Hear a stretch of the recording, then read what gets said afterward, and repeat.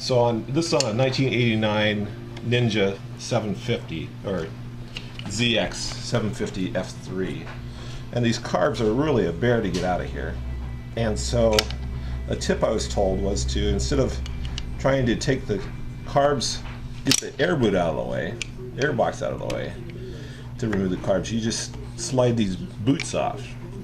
And I've taken this apart a little bit and kind of free this up with a screwdriver, kind of get that little slide, and then you pull the carbs back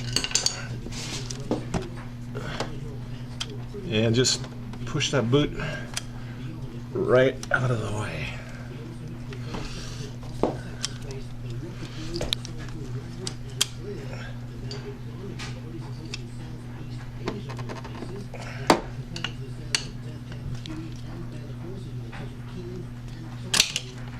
Like that.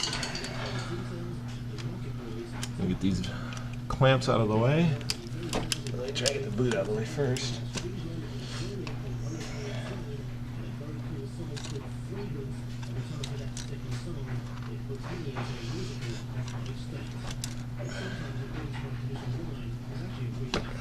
And that's the boot. And then we get these clamps out of here. And then once all these boots are out of the way, you can slide the carbs forward and then pull it out to the side. So now I've got all four of the carb boots off and ready to pull the carbs out. Much easier than trying to take the air box or putting the boots inside the air box and pulling them back out like I did last time. Okay, so here it is. I've got all the carbs out, and what had happened was I'd taken the carbs out before and cleaned them all, but I didn't clean the choke assemblies. So recently it was running on 2 cylinders when it was cold, ran great when it was warmed up.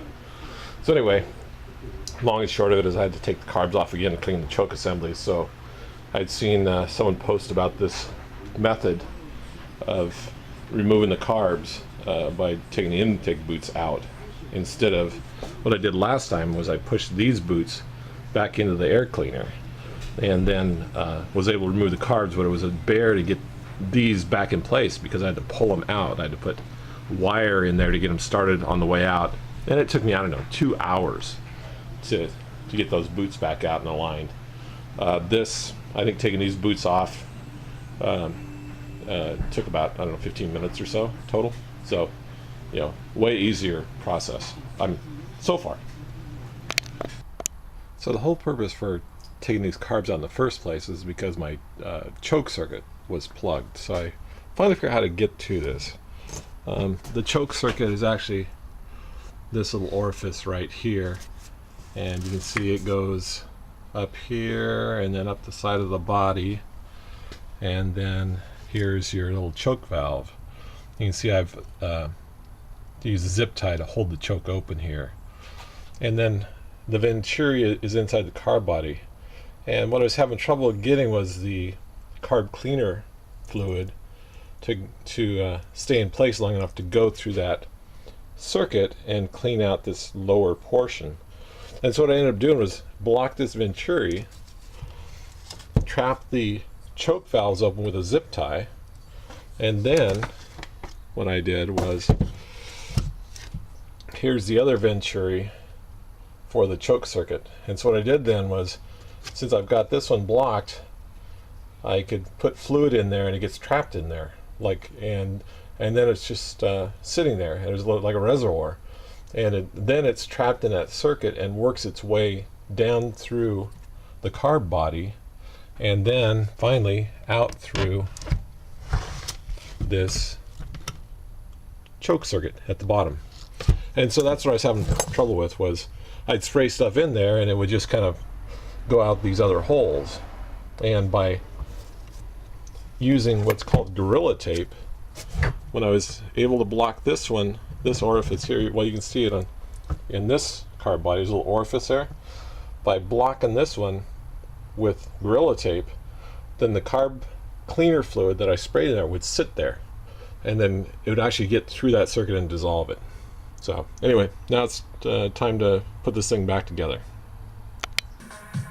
Here's a little trick I learned, or I figured out. Before you put the carbs on, blow some air in here. You can make sure that all of the slides lift up.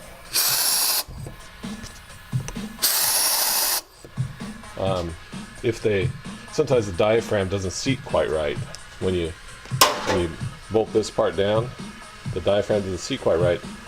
When you blow air in there, those slides won't lift. So worst thing is to put this rack of carbs back on the bike. Diaphragm's not seated, and one of the slides doesn't work. So just a little tip there.